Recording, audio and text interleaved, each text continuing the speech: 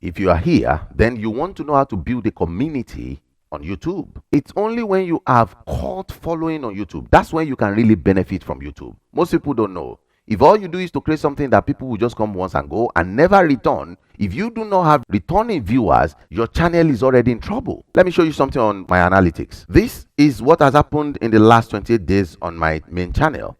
Look at this. On this day, I had over 3,000 returning viewers and about 2,000 new viewers. So you see here, 2,000 new viewers, over 3,000 returning. And then every single day, you can go through it. That means if I did not have viewership coming back to this channel, I'll probably be having about 1/3 of what my views are every single month. And don't forget, if you are supposed to have 300,000 views per month and you have 1/3 of that because you don't have returning viewers, that means you only have about 100,000. So divide your income as well by 3. If you are expecting $1,500, you would only have 500. That's how bad it will be. So building a community on YouTube is the best thing you can do for your channel, because that will bring people coming back over and over because they feel a part of you. How do you build this? That's what I want to teach you in this particular video. And to be direct with you, I'm going to do it using 7 different points. So you have to note these 7 and implement. The first thing is what I call storytelling. If there are no stories, nobody, and I mean nobody, is going to follow up with you. So you have to create a narrative of a story, like a journey. We all love movies because there's a story involved. Even in politics, there are stories involved. All the celebrities you follow, you know their stories. He was here this day, he went here this time, he fought with these. Whether good or bad, you follow the story. You need to create a narrative like that on your channel so people can follow up with you. If all you do is just to chunk out faceless YouTube channel, for example, without creating a storyline with it, if you just go straight to the point without creating a story, people need to know you as if they know you behind the scene. That is what creates a community, because they have a feel of it. Everybody is a reflection of what they are going through. When people see that reflection all over you, then they can connect with you and they will always come back over and over. I don't want to talk about myself. I don't like talking about myself. Of course, you are just simply saying, I want to destroy this channel. I don't want this channel to grow. And that is going to be a problem for that channel. So learn how to create stories around every video you make. Learn how to create stories about yourself in your videos. That is going to sell this channel very heavily. And then my number 2 recommendation is what will allow you to share your story. You need to start doing live program. YouTube Live, it is called. This video you're watching is recorded. But on a live program, as soon as you stream, everybody knows you are live right there and they can connect with you. So the answers you're giving, the questions you have been asked, your vulnerability, everything will come to bear. They will see it. It will make them connect. Start running a live program, YouTube Live, on your channel.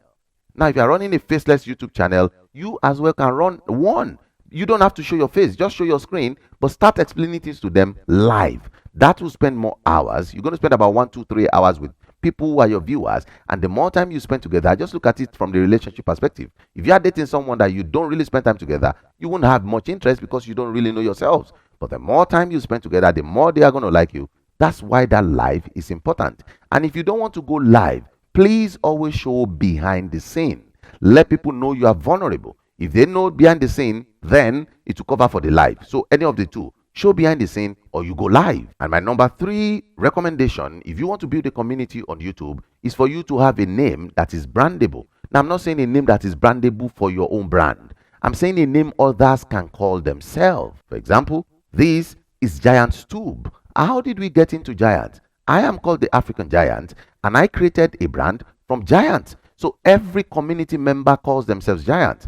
I'm the first son of Giant. I'm Giant 1. I'm Giant 5. Everybody calls their names by Giant. You see a lot of YouTube channels that calls Giant. Giant's Kit, Giant Shop, Giant Fitness, Giant Equipment, Giant Recipe. So everybody's using Giant as what they want. As soon as people can see themselves in you and actually even call themselves your name, then that's a community. They will always come back. Remember, I have channels I watch, not because what they are saying is what I've not heard before, but I just don't know. I have interest in them because I see myself in them. That way, you can connect better.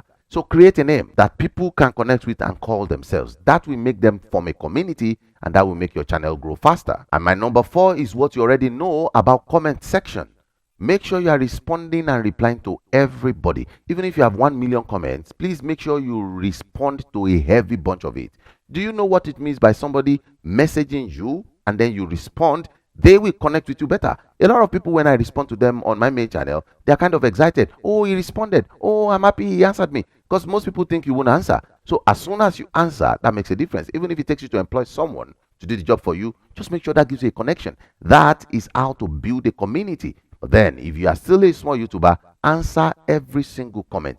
Either it's an 8 comment or it's a good comment. And by the way, there are loads of 8 comments. But then, if it's an 8 comment, you can just delete that. Don't waste your energy on 8 comments, but focus on the ones that are good and the ones that really needs to learn and the ones that are, trying to encourage you. You respond back to them. It makes a lot of difference. My number 5 recommendation for you to build a community on YouTube is you should always be accessible. At least give that impression that you're accessible. And I'm saying this because think about it. If you have a father in the house who you are trying to be like or who you want to mentor you, and he doesn't really stay at home, how happy will you be? If you have a boss in the office who ignores you and you don't have access to, when you have issues, you can't get back to him, how do you feel? Horrible. Yes, if you're trying to grow a community, people that are your viewers should have access to you.